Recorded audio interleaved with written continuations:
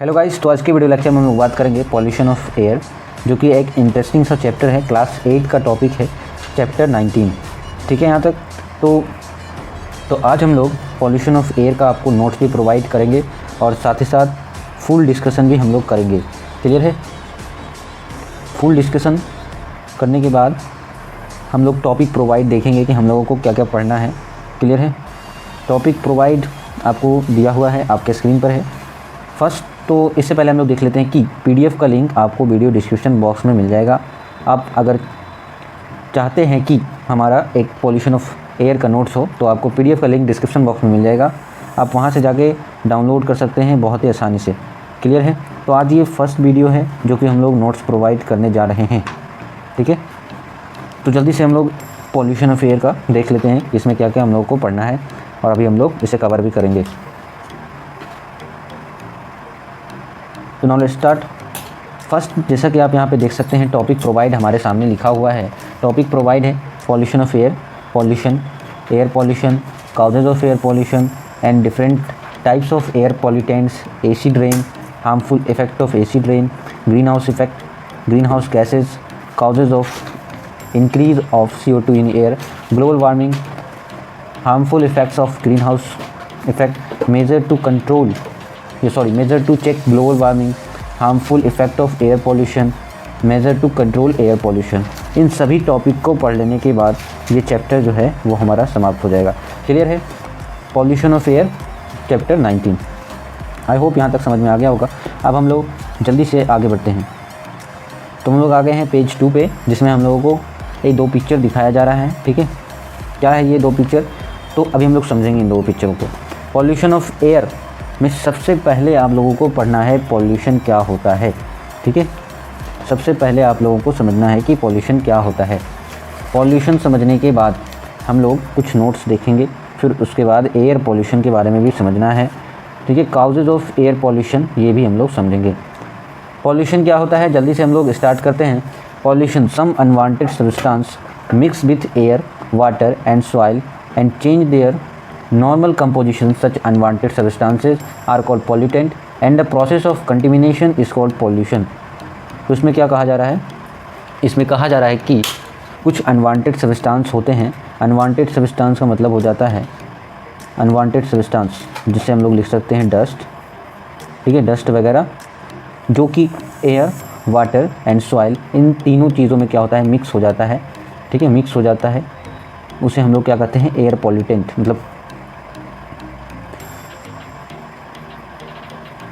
तो इसे अभी हम लोग क्या कहते हैं, ये अभी हम लोग समझेंगे। And change there normal composition, अब उसका जो कंपोजिशन होता है वो चेंज हो जाता है और इस अनवांटेड सब्सटेंस को हम लोग एयर पॉल्यूटेंट्स या पॉल्यूटेंट्स कहते हैं। ठीक है, यहाँ तक समझ में आ गई होगी बात। अब हम लोग कवर करेंगे कि पॉल्यूशन क्या होता है। अब इसी वोल प्रोसेस को हम लोग क्या कहते हैं, पॉल्यूशन कहते हैं। ठीक है, क्लियर हो गया? पॉल्यूशन क्या होता है ये अभी हम लोगों ने समझ लिया। अब हम लोग नोट देखने वाले हैं। Pollution has been derived from Latin word polytinium, which means to make dirty। Pollution को हम लोग लैटिन वर्ड में polytinium कहते हैं, जिसका मतलब होता है to make dirty। तो अब हम लोग गाइस पढ़ने वाले हैं एयर पॉल्यूशन। ठीक है, मुद्दे पे आ गए हम लोग कि एयर पॉल्यूशन क्या होता है। Air is a mixture of very many gases. I hope ये तो आपको पता ही होगा। Two of the most prominent of this gases are nitrogen 78%, आपको पता है, and oxygen 21%। Other gases like carbon dioxide, argon, methane, helium, ozone and water vapour are also present in very small amounts. तो इसमें कहा जा रहा है कि air is a mixture of very many gases. अब एयर जो है बहुत सारे गैसेज से मिलकर बना है, जिसमें दो प्रोमिनेंट गैसेज के मैं नाम लेना चाहूँगा। नाइट्रोजन 78%, ऑक्सीजन 21%, एंड जो अदर गैसेज रहते हैं जैसे में carbon dioxide, argon, methane, helium, ozone and water vapour are also present in very small amounts. ये सब क्या है, ये सब बहुत छोटे अमाउंट में रहते हैं। ओके, यहाँ तक क्लियर है? अब हम लोग causes of air pollution cover करने वाले हैं। काउजेज ऑफ एयर पॉल्यूशन क्या होता है ये अभी हम लोग समझेंगे। और इससे पहले ये दो पिक्चर आपको गिवन है, तो इससे आप समझ सकते हैं कि पॉल्यूशन ऑफ एयर क्या है। क्लियर है? तो जैसा कि आप यहाँ पे देख सकते हैं कि बहुत लार्ज अमाउंट में यहाँ पे पॉल्यूशन हो रहा है। ठीक है, तो इसी के कारण बहुत सारे हमें कठिनाइयों का सामना करना पड़ रहा है, ठीक है, बहुत सारी मुश्किलें सामने आ रही है। तो पॉल्यूशन को ज़्यादा से ज़्यादा हम लोगों को कम करना चाहिए। काउजेज़ ऑफ एयर पॉल्यूशन क्या है, इसके क्या कारण हैं, ठीक है, इसके क्या काउजेज़ हैं, ये अभी हम लोग समझने वाले हैं। तो आपको टोटल 6 पॉइंट दिए गए हैं, आपको देखना है इन सभी 6 पॉइंट्स को। फर्स्ट है स्मोक फ्रॉम फैक्ट्रीज़। फैक्ट्रीज़ में भी बहुत सारे स्मोक्स होते हैं, ठीक है, धुआं होता है। सेकेंड पॉइंट है स्मोक फ्रॉम व्हीकल्स, तो व्हीकल से भी स्मोक निकलता है, ठीक है। एंड थर्ड है burning of fuel like coal, kerosene, petrol, cow cakes. अब फ्यूल के जलने के कारण, जैसे में कोल, केरोसिन, पेट्रोल, काउकेक्स, इन चारों के जलने के कारण पॉल्यूशन होता है, क्लियर है। फोर्थ है स्मोकिंग। फिफ्थ है dust due to stone, crushes, factories ETC. Sixth है यूज़ ऑफ रेफ्रिजरेटर्स, एसी। अब एसी और रेफ्रिजरेटर से भी गैस निकलता है, क्लियर है, स्मोक निकलता है। तो ये था हमारा काउजेज ऑफ एयर पॉल्यूशन। क्या था? काउजेज ऑफ एयर पॉल्यूशन, ठीक है। तो अब हम लोग क्या कवर करेंगे? अब हम लोग कवर करेंगे let us now the basic detail about some air pollutants. अब एयर पॉल्यूटेंट्स क्या होता है ये अभी हम लोग समझने वाले हैं। एयर पॉल्यूटेंट में सबसे पहले आता है कार्बन मोनोऑक्साइड। कार्बन मोनोऑक्साइड के बारे में अभी हम लोग पढ़ने वाले हैं। और अगर आपको यहाँ पर देखना है एयर पॉल्यूशन का, अगर आपको दूसरा डिफाइन भी चाहिए तो आप लिख सकते हैं combination of air with harmful gases and substance is called air pollution, ठीक है, क्लियर है। और एयर पॉल्यूटेंट का भी एक डिफाइन है, all such substance that contaminate air are called air pollutants, ठीक है। ये दो डिफाइन था, अलग से आप लिख सकते हैं। आते हैं अपने टॉपिक पे जो कि है कार्बन मोनोऑक्साइड। कार्बन मोनोऑक्साइड में हम लोगों को पढ़ना है carbon monoxide produce to burning of coal in limited supply of oxygen. तो इसमें कह रहा है कि कार्बन मोनोऑक्साइड जो है वो किससे प्रोड्यूस होता है? कोल के जलने से, ठीक है। बर्निंग ऑफ कोल के कारण कार्बन मोनोऑक्साइड प्रोड्यूस होता है, ठीक है। अब हम लोग क्या देखेंगे इसको, harmful effects of carbon monoxide. Harmful effects of carbon monoxide. तो इससे पहले हम लोग कुछ इंटरेस्टिंग पॉइंट्स देख लेते हैं जो कि अभी हम लोग थोड़ा सा वेट करेंगे। तो कार्बन मोनोऑक्साइड में आप लोगों को एक और चीज़ पढ़ना है कि जब हम लोग carbon monoxide when inhaled passes through the lungs into the blood, it combines with the hemoglobin in the blood to form a complex substance known as carboxyhemoglobin। Carbon monoxide को जब हम लोग इनहेल करते हैं, ठीक है, तो वो कहाँ पासेज चल जाता है? वो कहाँ चल जाता है? लंग्स में चल जाता है, हमारे लंग्स में चल जाता है, इनटू द ब्लड, क्लियर है। और वो होमोग्लोबिन से कंबाइन हो जाता है और एक कम्प्लेक्स सब्सटेंस बनाता है जिसे हम लोग कार्बोक्सीहोमोग्लोबिन कहते हैं, क्लियर है। तो ये था harmful effects of carbon monoxide. एक पॉइंट ऑफ इसमें भी लिख सकते हैं कार्बन मोनोऑक्साइड के हार्मफुल इफेक्ट्स में, क्लियर है। फर्स्ट पॉइंट आपको गिवन होगा, क्या है ये? Highly poisonous gas causes death is inhaled. अब जो हाईली पॉइजनस गैस होते हैं जिसके कारण हमारा डेथ हो सकता है, क्लियर है। सेकेंड पॉइंट है it reduce the O2 carrying capacity of blood. अब हमारे शरीर में, ठीक है, O2 ऑक्सीजन का एक कैपेसिटी होता है जो कि कार्बन मोनोऑक्साइड ख़त्म करता है उस कैपेसिटी को, ठीक है। समझ में आ गई यहाँ तक बात? अब हम लोग समझ लेते हैं जो कि हम लोगों ने कार्बन मोनोऑक्साइड में कवर किया था। कार्बन मोनोऑक्साइड में हम लोगों ने एक चीज़ समझा था जो कि बहुत ही इम्पॉर्टेंट है। पहले कार्बन मोनोऑक्साइड, ठीक है, यहाँ पे है, जो गैस होता है वो हमारे लंग्स में जाता है, ठीक है। पहले तो हमारे बॉडी में इनहेल करता है, फिर उसके बाद हम लोग इनहेल करते हैं तो वो लंग्स में चल जाता है और लंग्स में जाते जाते वो ब्लड में भी चल जाता है, ठीक है। और ब्लड में जाने के बाद वो होमोग्लोबिन में भी चल जाता है। और ये जो होमोग्लोबिन है कंबाइन, ये क्या होता है? कार्बन मोनोऑक्साइड और होमोग्लोबिन कंबाइन हो जाता है जिसके कारण कार्बोक्सी होमोग्लोबिन जनरेट हो जाता है, क्लियर है। तो यही था हमारा कार्बोक्सी होमोग्लोबिन। सल्फर डाइऑक्साइड देखने वाले हैं। सल्फर डाइऑक्साइड क्या होता है? Burning of coal and petroleum in industries like oil reserves and thermal power plant. अब जो कोल और पेट्रोल का जो बर्न होता है वो कहाँ होता है? इंडस्ट्रीज़ में किया जाता है, जैसे में हम लोग ऑयल रिजर्व्स और थर्मल पावर प्लांट्स, ठीक है, क्लियर है। अब यहाँ पे सेकेंड है, देख सकते हो, burning of petrol and diesel in automobiles. अब जो पेट्रोल और डीजल का जो बर्निंग हो रहा है वो कहाँ हो रहा है? ऑटोमोबाइल्स में, क्लियर है। तो ये था सल्फ़र डाइऑक्साइड के बारे में। तो अब हम लोग कवर करेंगे harmful effect of sulphur dioxide. Harmful effect of sulphur dioxide क्या होता है ये अभी हम लोग समझने वाले हैं। हार्मफुल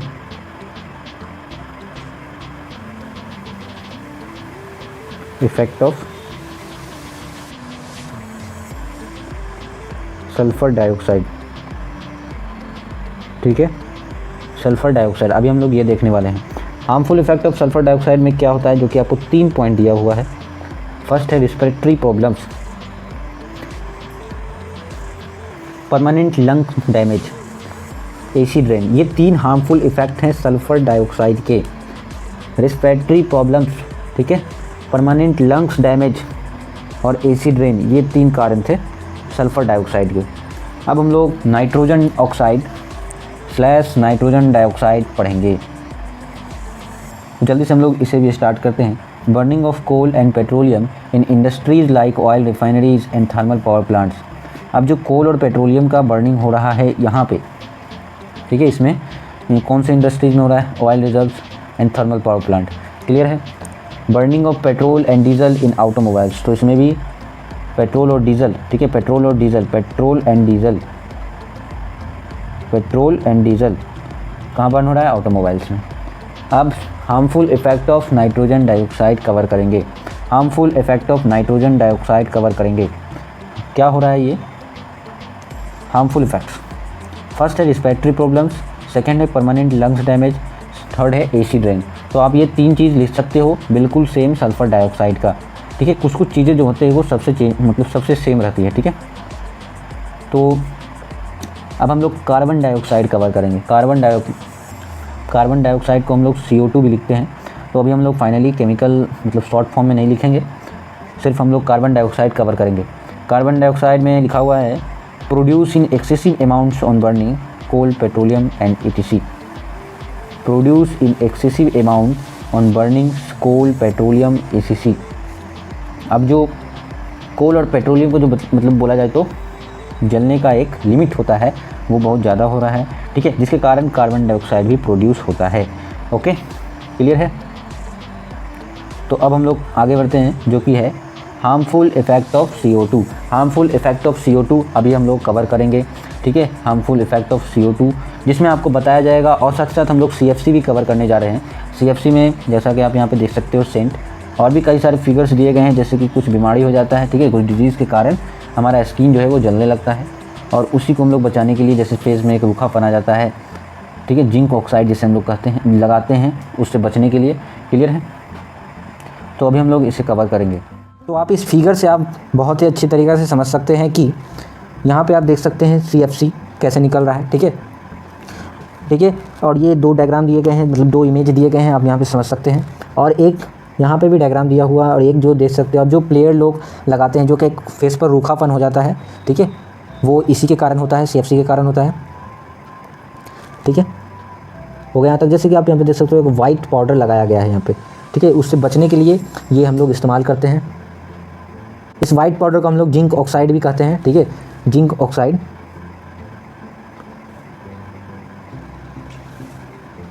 आई होप यहाँ तक क्लियर हो गया होगा। अब हम लोग कवर करेंगे हार्मफुल क्लोरोफ्लोरोकार्बन तो हो गया, हार्मफुल इफेक्ट्स ऑफ CFC भी हो गया। इसके आगे कुछ पॉइंट्स दिए गए हैं हार्मफुल इफेक्ट्स के बारे में, ठीक है, अभी हम लोग कवर करेंगे उसे भी। तो आ गए हैं हम लोग हार्मफुल UV रेज, अभी हम लोग समझने वाले हैं, ठीक है। यहाँ पर आप देख सकते हो डायग्राम दिया गया है, जो कि सन यहाँ पे है, और अर्थ, एटमॉस्फेयर, ओजोन लेयर, ठीक है, ये सब यहाँ पे हैं। लेकिन यहाँ पर आपको समझना है, जो ये UV रेज जो कि यहाँ पर से जा रहा है, ठीक है, जा रहा है और ये डिस्ट्रैक्ट हो रहा है, उसे हम लोग हार्मफुल UV रेज कहते हैं, ठीक है। समझ में आ गया होगा आप, आई होप। उसे हम लोग हार्मफुल UV रेज कहते हैं, ठीक है, जिसके कारण अभी देख सकते हो आप यहाँ पे होल हो चुका है ओजोन लेयर में, तो जिसके कारण क्या होता है, UV रेज हल्का हल्का अंदर जा रहा है, जिसके कारण हमें बहुत सारे परेशानियों को झेलना पड़ रहा है, ठीक है। और ये सब पॉल्यूशन के कारण हो रहा है, ठीक है। तो जितना हो सके आप लोग पॉल्यूशन को कम कर सकें, ठीक है, हम लोग इसे कम करेंगे। और आगे बढ़ते हैं। UV rays can cause skin cancer, ठीक है, और कैटरेका एंड डिस्ट्रॉय प्लांट्स। तो इसका प्रभाव प्लांट्स में भी पड़ रहा है। UV रेज मतलब स्किन कैंसर भी हो रहा है। इमेज मैंने समझाया था, देख सकते हो आप यहाँ पे इमेज, स्किन कैंसर, ठीक है, क्लियर है। और कैटरेका, ठीक है, ये है, और डिस्ट्रॉय प्लांट्स। तो ये कुछ थे पॉइंट्स आपको समझना था, ठीक है। तो इसे हम लोगों ने कवर कर लिया। अब हम लोग डस्ट, स्मोक, आश पार्टिकल्स पढ़ने वाले हैं। डस्ट, स्मोक, आश पार्टिकल्स पढ़ने वाले हैं, जिसमें दिया गया है फ्रॉम व्हीकल्स एंड फैक्ट्रीज़। और यहाँ पे आप देख सकते हैं डस्ट, स्मोक और आश पार्टिकल्स। तो डस्ट अभी हम लोग देखेंगे, व्हीकल से डस्ट निकलता है, स्मोक भी निकलता है और फैक्ट्री से स्मोक भी निकल रहा है, ठीक है। तो किन किन चीज़ों से, मतलब किन किन जगहों से, जैसे व्हीकल से निकल सकता है स्मोक, डस्ट, फैक्ट्रीज से स्मोक निकलता है जो कि हमारे लिए बहुत ही डेंजरस होता है। फ्रॉम बर्निंग ऑफ कोल, कोल को जलाने से स्मोक निकलता है। Stone crushing and blowing winds, ठीक है, अंदर तूफान आ जाता है तो उसमें भी ज़्यादा डस्ट मिक्सिंग होते हैं, जिसके कारण वो अगर हमारे बॉडी में इन्हेल होता है तो ये भी बहुत सारे परेशानियाँ होती है, ठीक है। अब हम लोग पढ़ने जा रहे हैं harmful effects of dust, smoke, आश पार्टिकल्स। ये क्या करता है, reduce visibility, first point, causes several gases. तो यहाँ पे आप देख सकते हो कि बहुत सारे डिजीज़ जो कि इसी के कारण होते हैं, ठीक है, जैसे फीवर आ जाना और भी कई सारे होते हैं, ठीक है। अब हम लोग पढ़ने वाले हैं सस्पेंड पार्टिकुलेट मल्टर SPM, जिसे हम लोग सस्पेंड पार्टिकुलेट मतलब मैटर, ठीक है, ये है SPM का फुल फॉर्म क्या हो जाएगा, सस्पेंड पार्टिकुलेट मैटर। तो एक चीज़ आप लोगों को ध्यान में रखना है कि ये आपके बुक में नहीं है, ठीक है, तो ये आपके सिलेबस से बाहर है, तो इसे अभी हम लोग कवर नहीं करेंगे, ठीक है। तो इसे पढ़ेंगे आगे की क्लास में हम लोग कवर करेंगे, लेकिन अभी इसका कोई काम नहीं है, तो इसीलिए अभी हम लोग इसे नहीं पढ़ेंगे, ठीक है। अब हम लोग क्या पढ़ने वाले हैं, स्मोक पढ़ने वाले हैं, ठीक है। स्मोक के बारे में भी अब हम लोग समझेंगे। स्मोक, तो smoke is a combination of fog and smoke. It is seen mainly in winter when fog is also there. तो यहाँ पर आपको समझना है कि फॉग और स्मोक के कम्बिनेशन से हम लोग स्मोक बन जाता है, ठीक है। तो यहाँ पे फॉग क्या है और स्मोक तो आपको पता ही है, ठीक है, स्मोक पता है, फॉग क्या होता है ये अभी हम लोग समझने वाले हैं। It is scene mainly in winter, ये जो फॉग है इसे हम लोग ज़्यादातर विंटर्स में देखते हैं, ठीक है, जिसे हम लोग हिंदी में कुहासा भी कहते हैं। When fog is also there, clear हो गया है। तो हार्मफुल इफ़ेक्ट्स ऑफ स्मोक, क्या होता है स्मोक के कारण, क्या हार्मफुल इफ़ेक्ट्स होते हैं। It causes cough, asthma, lungs disease specially in children.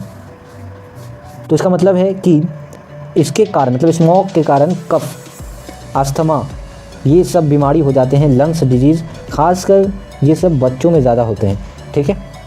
तो सेफ्टी बनाए रखना है आपको, और इन सभी डिजीज़ के कारण ही, तो इन सभी डिजीज़ के कारण क्या होता है, डेथ हो जाता है हमारा, ठीक है।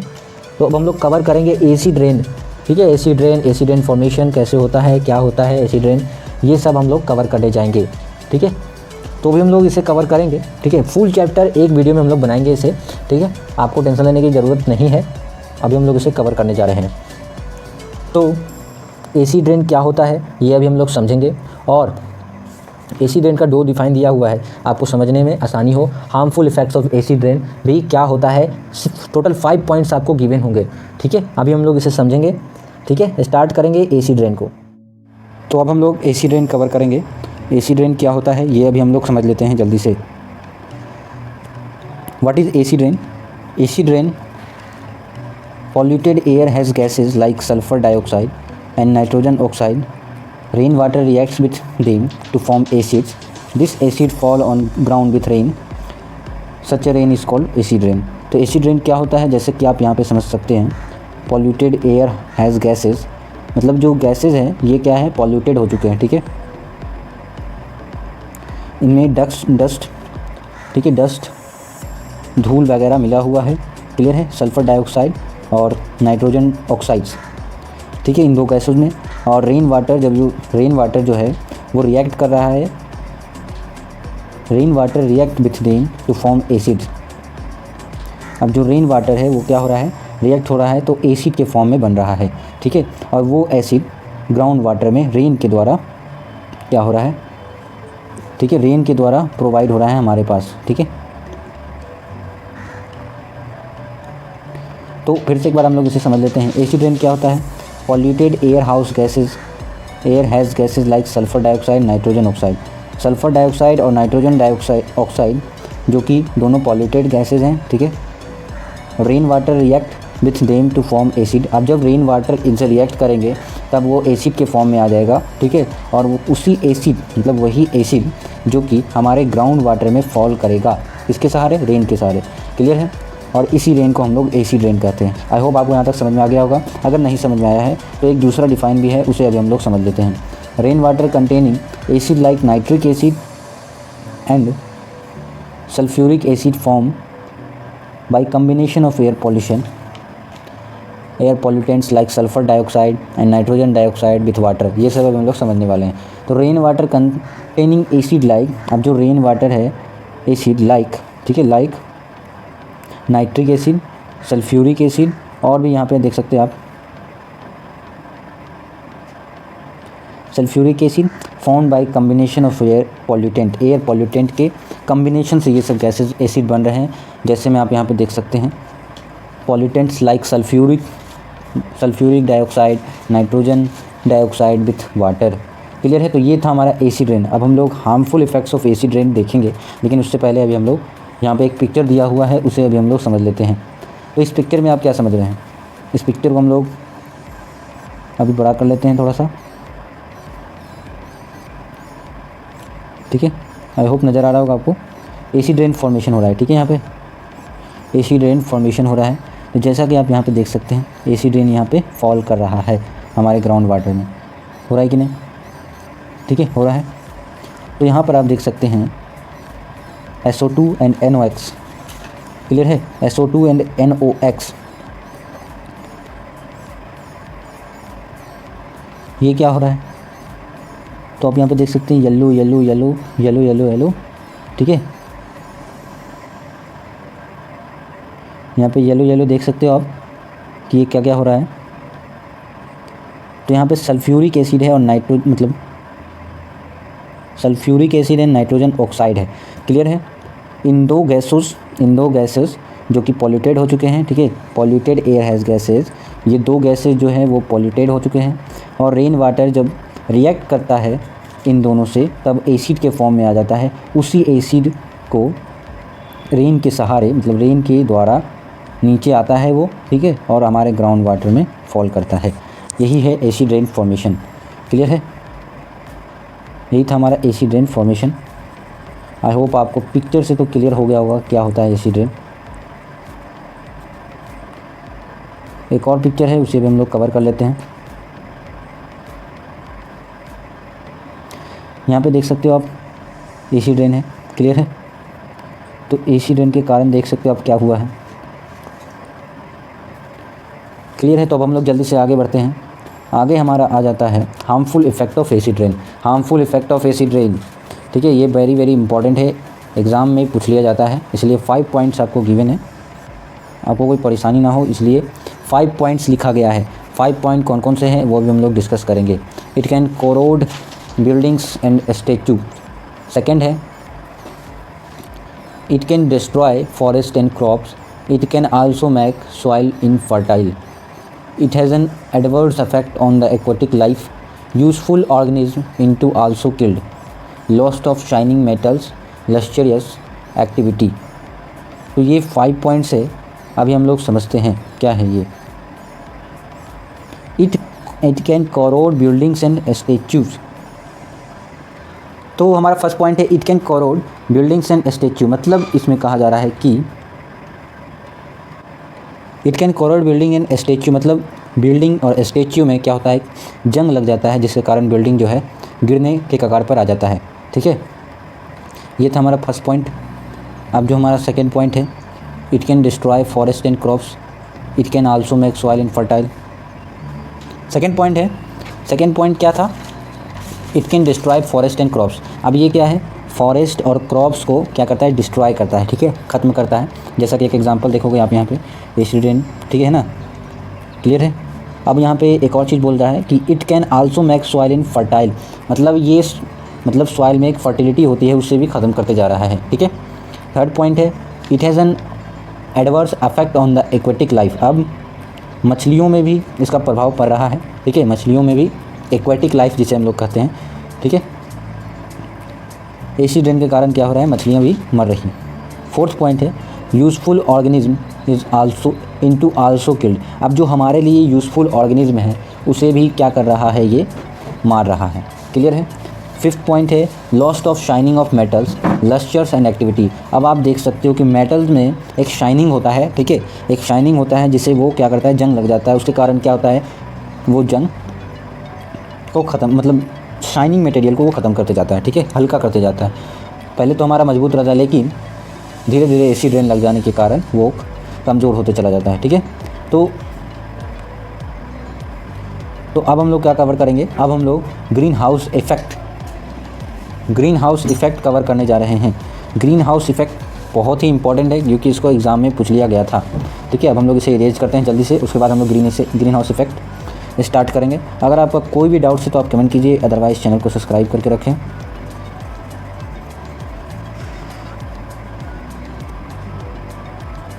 ठीक है, ये हो गया हमारा इरेज। अब हम लोग ग्रीन हाउस इफ़ेक्ट जल्दी से स्टार्ट करते हैं। ग्रीन हाउस इफ़ेक्ट VBI लिखा हुआ है ऊपर में, तो आपको समझना चाहिए। तो अभी हम लोग ग्रीन हाउस इफ़ेक्ट कवर करने जा रहे हैं।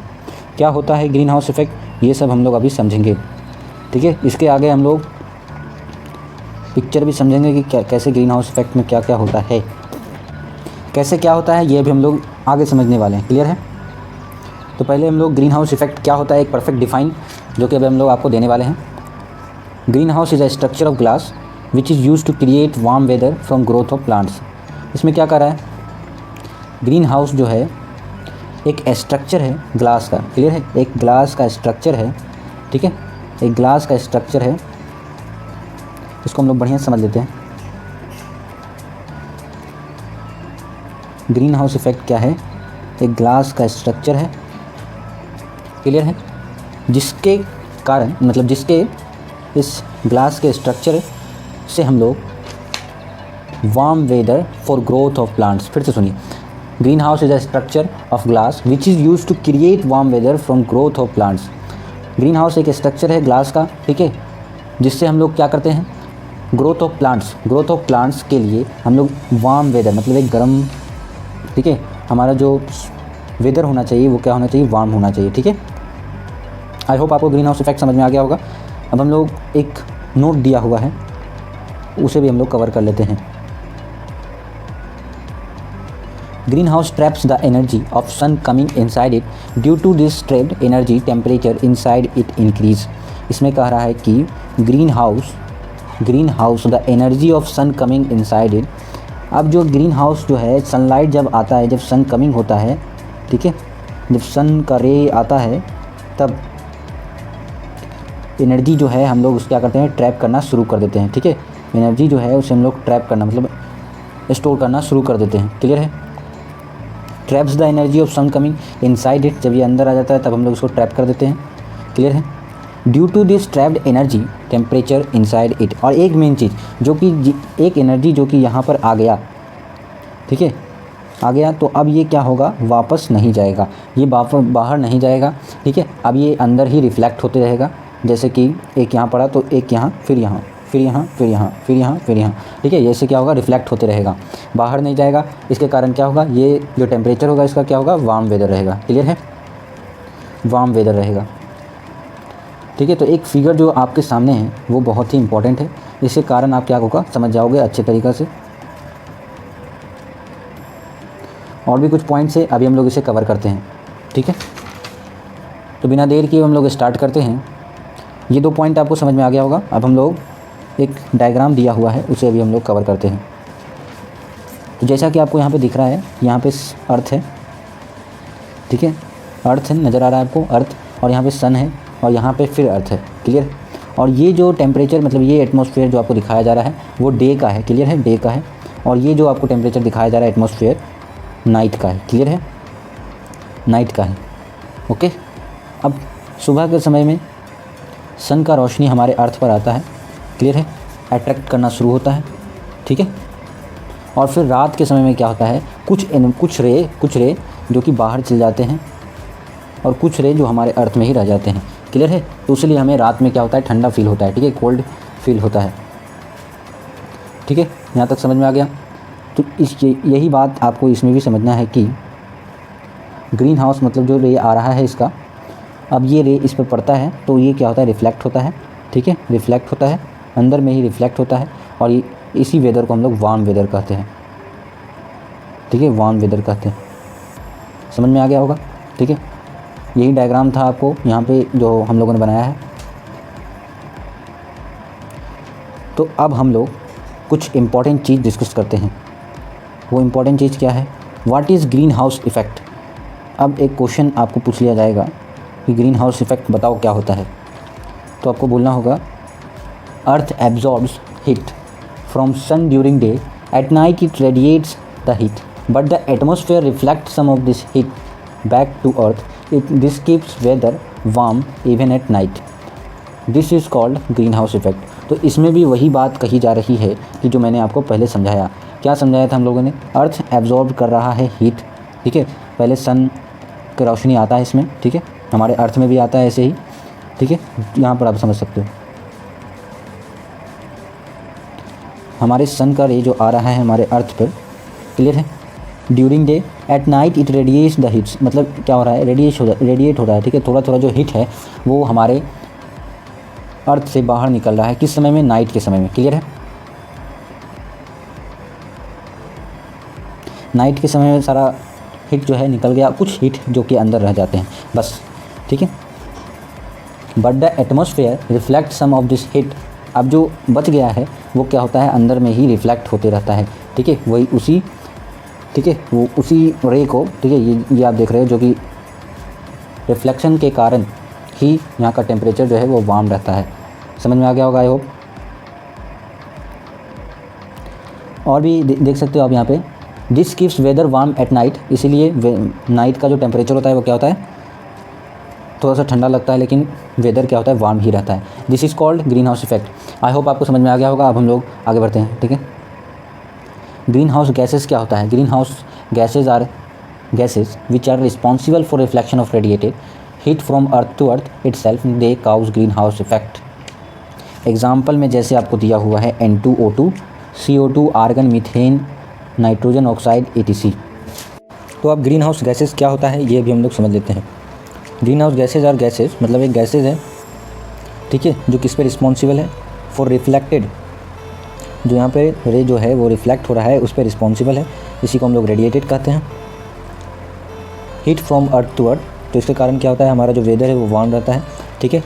और इसके और green house gases they cause green house effect, ठीक है। एग्जांपल आपको गिवन था N2 nitrogen, oxygen, CO2, argon, methane, nitrogen oxide, ये सभी एग्जांपल्स हैं ग्रीन हाउस गैसेस के। तो अब हम लोग causes of increase of CO2 in air ये सब कवर करेंगे, ठीक है। आगे हम लोग causes of increase of CO2 in air, तो अब हम लोग कवर करेंगे causes of increase of CO2 in air, ठीक है। Causes of increase of CO2 in air अभी हम लोग समझते हैं। More and more CO2 carbon dioxide is being formed by burning of more fuels in factories and vehicles. Lesser CO2 is being consumed as plant and being cut due to its amount of CO2 is in atmosphere is increasing. अब CO2 के बढ़ने, हमारे atmosphere में CO2 के बढ़ने के कारण क्या काउजेज हो रहे हैं वो अभी हम लोग समझते हैं। ये कैसे बढ़ रहा है इसे भी हम लोग अभी समझते हैं। More and more CO2 carbon dioxide जिसे हम लोग कहते हैं is being formed by burning of more fuels. तो मोर फ्यूल्स का मतलब यहाँ पे क्या हो गया, फ्यूल्स का मतलब यहाँ पे हो गया कोल, ठीक है, कोल, पेट्रोलियम या पेट्रोल, डीजल, ये ठीक है, ये सब क्या हो गया, हमारा फ्यूल हो गया। तो इसी के जलने के कारण CO2 क्या हो रहा है, इंक्रीज हो रहा है। तो ये कहाँ कहाँ जलता है, फैक्ट्रीज़ में जलता है और व्हीकल्स में भी स्मोक जनरेट होता है, ठीक है। CO2 is being consumed as plant are being cut. अब क्या हो रहा है, अब देख सकते हो आप यहाँ पे कि डिफोरेस्टेशन भी हो रहा है, ठीक है, और जिसके कारण क्या हो रहा है, CO2 इंक्रीज हो रहा है। क्लियर है, ये कई सारे पॉइंट्स हैं। Due to its amount of CO2 in atmosphere is increasing, तो इसके कारण क्या हो रहा है, जो हमारा CO2 है वो इंक्रीज़ होते जा रहा है दिन पर दिन। ठीक है। अब कुछ डायग्राम आपके सामने दिए गए हैं, उसे भी हम लोग अभी कवर करेंगे।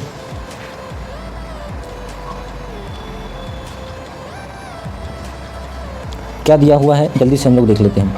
एक अर्थ आपको नज़र आ रहा है, ठीक है, सन आपको नज़र आ रहा है, क्लियर है, ये एटमॉस्फेयर है और ये दिन का समय है, ठीक है, डे का समय है। जब सन से रे आ रहा है तब क्या कर रहा है, अर्थ एब्जॉर्ब हो रहा है, ठीक है, हीट क्या हो रहा है, एब्जॉर्ब हो रहा है, क्लियर है। आप यहाँ पे देख सकते हो very cold, no green house लिखा हुआ है इसमें, क्योंकि इसमें रे क्या हो रहा है, बाहर जा रहा है, समझ रहे हो आप, रे क्या हो रहा है, उसमें बाहर जा रहा है, क्लियर है। आप यहाँ पे देख सकते हो ये क्या है, नॉर्मल है, तो एक रे क्या जा रहा है, मतलब बहुत सारे रे बाहर जा रहे हैं और कुछ रे अंदर आ रहे हैं, ठीक है। जैसा कि आप यहाँ पे देख सकते हो, तो इसे हम लोग नॉर्मल कहते हैं। अब वेरी हॉट का मतलब क्या हो जाता है कि रे अंदर आ रहा है, ठीक है, हमारे अर्थ पर आ रहा है, फिर CO2 जो है वो बाहर जा रहा है, ठीक है, CO2 क्या हो रहा है, वो बाहर जा रहा है। तो एक्सेसिव ग्रीन हाउस इफेक्ट, ठीक है, ये ग्रीन हाउस था, ये एक्सेसिव ग्रीन हाउस, क्लियर है। तो अब हम लोग क्या करेंगे, causes of increase of CO2 in air तो हो गया। अब हम लोग ग्लोबल वार्मिंग देखेंगे, जो कि सबसे इंपॉर्टेंट है, इंपॉर्टेंट टॉपिक है ग्लोबल वार्मिंग। ग्लोबल वार्मिंग, ठीक है, ग्लोबल वार्मिंग क्या होगा ये अभी हम लोग समझ लेते हैं। Global warming is unwanted phenomenon of increase of earth temperature due to excessive green house effect as a result of increase in CO2 in atmosphere, ठीक है। तो यहाँ पे बात की जा रही है ग्लोबल वार्मिंग की। ग्लोबल वार्मिंग में हम लोगों को harmful effects of global warming पढ़ना है, क्लियर है। फिर उसके बाद देख लेते हैं major to check global warming, harmful effects of air pollution, method to control air pollution. इन सभी टॉपिक को पढ़ लेने के बाद हमारा चैप्टर क्या हो जाएगा, समाप्त हो जाएगा, क्लियर है। ग्लोबल वार्मिंग क्या होता है जल्दी से हम लोग समझेंगे। ग्लोबल वार्मिंग क्या होता है ये अभी हम लोग जल्दी से समझ लेते हैं। एक ग्लोबल वार्मिंग जो एक अनवांटेड फिनोमिनन है, ठीक है, अनवांटेड फिनोमिनन है। इंक्रीज ऑफ अर्थ टेम्परेचर, जो हमारा अर्थ टेम्परेचर रहता है वो बढ़ जाता है, लेकिन किसके कारण बढ़ जाता है, ग्रीन हाउस इफेक्ट के कारण, और ज़्यादा CO2 हो जाने के कारण टेम्परेचर जो है वो बढ़ जाता है हमारे अर्थ का, क्लियर है। और जिसका रिज़ल्ट आपको सामने है कि CO2 जो है वो हमारे एटमॉस्फेयर में इंक्रीज़ हो जाता है। और यहाँ पे एक डायग्राम भी दिया हुआ है कि अभी हमारा अर्थ ऐसा है, अगर ज़्यादा CO2 हो जाने के कारण तो हमारा अर्थ ऐसा होगा, ठीक है। Harmful effects of global warming, क्या होता है हार्मफुल इफेक्ट्स, तो वो भी हम लोग समझेंगे। फर्स्ट है melting of glacier in Himalayas with may result in floods. Second point है melting of ice in Antarctica and Arctic leading to rise of sea level. Third point है change in climate, rainfall world wide, even 0.5 degree Celsius change in temperature can have serious effects on plants and animals. By the end of the century 2 degree rise in temperature in accepted, अभी हम लोग समझेंगे इसे। तो ये harmful effects of global warming है। First point हम लोग कवर करते हैं, melting of glacier in Himalayas which may result in flood. अब जो मेल्टिंग ऑफ ग्लेशियर जो कि हिमालयाज में है, ठीक है, मई के महीने में उसका रिज़ल्ट क्या हो जाता है, फ्लड आता है, फ्लड के कगार पर आ जाता है। क्यों ऐसा होता है, क्योंकि ज़्यादा टेम्परेचर हो जाने के कारण बर्फ़ जो है, ग्लेशियर जो है वो पिघलने लगता है, क्लियर है। सेकेंड पॉइंट है melting of ice Antarctica and Arctic leading to rise sea level. अब जो सी लेवल है और यहाँ पे ice, melting of ice in Antarctica and Arctic leading to rise sea level. अब बर्फ़ जो है पिघल के क्या हो रहा है, सी लेवल के कगार पर आ रहा है, क्लियर है। थर्ड पॉइंट है change in climate, rainfall and world wide. अब जो हमारा क्लाइमेट है और रेनफॉल है और वर्ल्ड वाइड है, रेनफॉल वर्ल्ड वाइड, तो ये सब क्या हो रहा है, चेंज हो रहा है। Even 0.5 degree Celsius change in temperature can have serious effects on plants and animals. अगर 0.5 डिग्री सेल्सियस हो जाता है, चेंज हो जाता है हमारा टेम्परेचर, तो इस पर प्लांट्स और एनिमल्स पर प्रभाव पड़ेगा। By the end of century 2 degree rise in temperature is expected. अब किस सेंचुरी के बारे में बात की जा रही है यहाँ पे लिखा हुआ नहीं है, लेकिन 2 डिग्री राइज हुआ है, ठीक है, टेम्परेचर बढ़ा था, क्लियर है। तो ये यहाँ पे लिखा हुआ है। आगे बढ़ते हैं, जो कि measure to check global warming. किस तरह से हम लोग ग्लोबल वार्मिंग को चेक कर सकते हैं। 5 पॉइंट टोटल दिया हुआ है, 5 पॉइंट टोटल दिया हुआ है, कवर करेंगे इसे।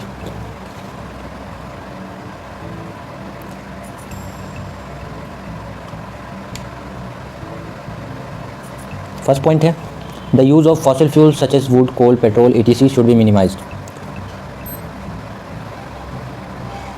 इसमें क्या कह रहा है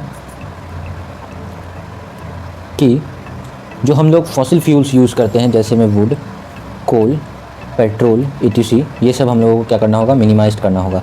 क्लियर है, फर्स्ट पॉइंट ये था। सेकेंड पॉइंट है electricity should be generate from hydro electricity power plants and nuclear reactors. ठीक है, अब जो हम लोग इलेक्ट्रिसिटी शुड बी जनरेट, हम लोगों को इलेक्ट्रिसिटी जो है जनरेट कहाँ से करना चाहिए, हाइड्रो इलेक्ट्रिसिटी से करना चाहिए, hydro electricity power plants and nuclear factor. ठीक है, ये क्लियर है। थर्ड पॉइंट है डिफोरेस्टेशन मस्ट बी स्टॉप, तो डिफोरेस्टेशन मतलब पेड़ का काटना बंद किया जाए। क्लियर है।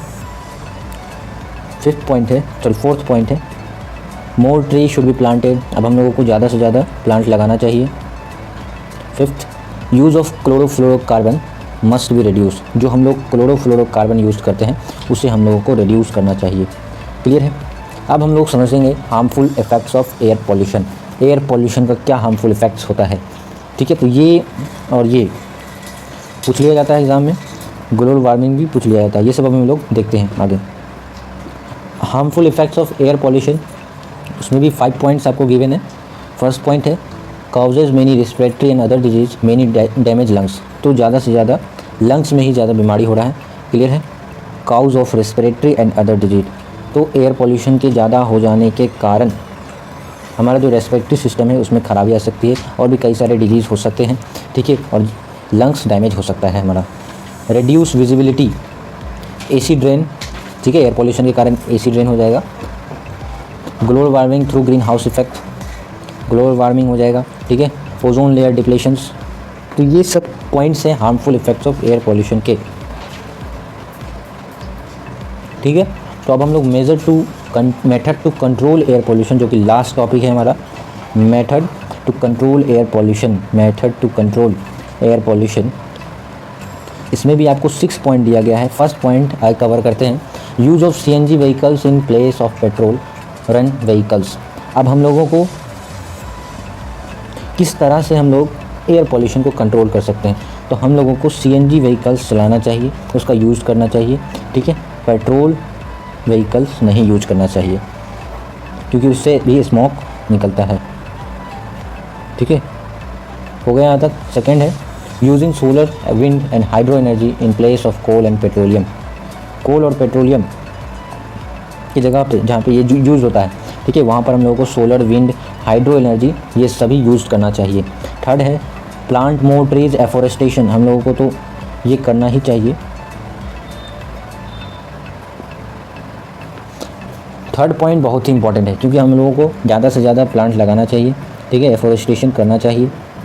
फोर्थ पॉइंट है avoid burning of crackers, they cause a lot of air and noise pollutions. ठीक है, नॉइज़ में देख सकते हो आप यहाँ पे ई छूटा हुआ है। क्लियर है, तो नॉइज़ में ई छूटा हुआ है, आप लोग कवर कर लीजिएगा उसे। Avoid burning of crackers, they cause a lot of air and noise pollution. अब हम लोग जो क्रैकर्स जलाते हैं, ठीक है, जैसे पॉलीथीन हो गया, ठीक है, किसी भी प्लास्टिक सब्सटेंस, तो क्रैकर्स का मतलब होता क्या है? क्रैकर्स का मतलब होता है जो हम लोग पटाखा वगैरह फोड़ते हैं, ठीक है, जलाते हैं, उससे भी काफ़ी स्मोक निकलता है और नॉइज़ पॉल्यूशन तो होता ही है लेकिन एयर पॉल्यूशन भी होता है और हमें प्लास्टिक भी नहीं जलाना चाहिए। क्लियर है। फिफ्थ पॉइंट है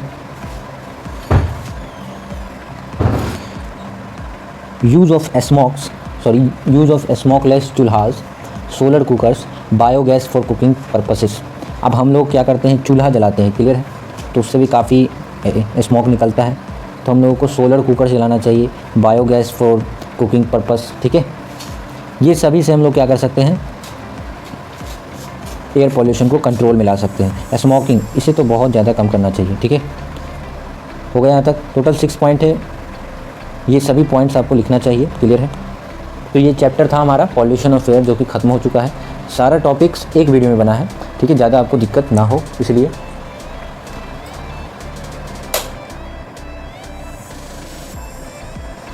तो अभी हम लोग सबसे फर्स्ट पेज पे चलते हैं।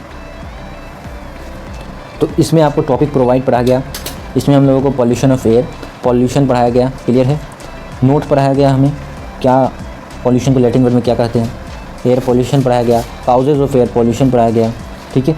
अब एयर पोल्यूटेंट्स कई सारे होते हैं, वो सब हम लोगों ने डिस्कस किया, क्लियर है। अब ये जो है बहुत ही इंपॉर्टेंट है, VVI, ठीक है, तो इसे आप लोग कवर कर लीजिएगा।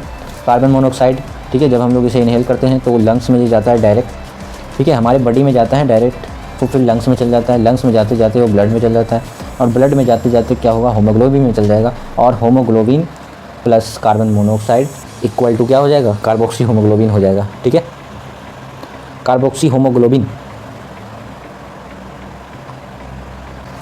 ठीक है, यहाँ तक क्लियर है। अब हम लोग आगे बढ़ते हैं। Harmful effects of sulphur dioxide, ठीक है, ये हम लोगों ने कवर किया। Nitrogen oxide, nitrogen dioxide, acid rain क्या होता है ये हम लोग आगे पढ़े थे। कार्बन डाइऑक्साइड हम लोगों ने कवर किया। हार्मफुल इफेक्ट ऑफ CO2 हम लोगों ने कवर किया। फ्लोरोकार्बन हम लोगों ने कवर किया। कुछ डायग्राम हम लोगों ने समझा था, ठीक है, देख सकते हो डायग्राम भी समझ लिए थे हम लोग। डस्ट, स्मोक, आश पार्टिकल्स, ये सभी हम लोगों ने समझा था। एसिड रेन क्या होता है ये सभी हम लोगों ने कवर किया था। स्मोक भी हम लोगों ने कवर किया था, क्लियर है। Green house effect, harmful effects of acid rain, ये सभी टॉपिक्स जो कि हम लोगों ने कवर किए इस वीडियो में। और एसिड रेन पूछा है एग्ज़ाम में, तो इसे रिवीजन करना बहुत ज़रूरी है। What is green house effects, ये सब हम लोगों ने देखा। ग्रीन हाउस गैसेज देखा, किस तरह से ग्रीन हाउस में क्या क्या होता है ये सब हम लोगों ने समझा। Causes of increase of CO2 in air, diagram के साथ हम लोगों ने कवर किया। ग्लोबल वार्मिंग क्या होता है बहुत ही अच्छे तरीके से हम लोगों ने समझ लिया, क्लियर है। अब जो हमारा 2000 नहीं बोला जाए, ठीक है, 2000 नहीं, 3025 या 3000 के अंदर अगर CO2 नहीं कम, मतलब CO2 का जो मात्रा है, लिमिट है, वो अगर क्रॉस नहीं करता है तो हमारा अर्थ ऐसा रहेगा, वरना आप देख रहे हो कैसा रहेगा।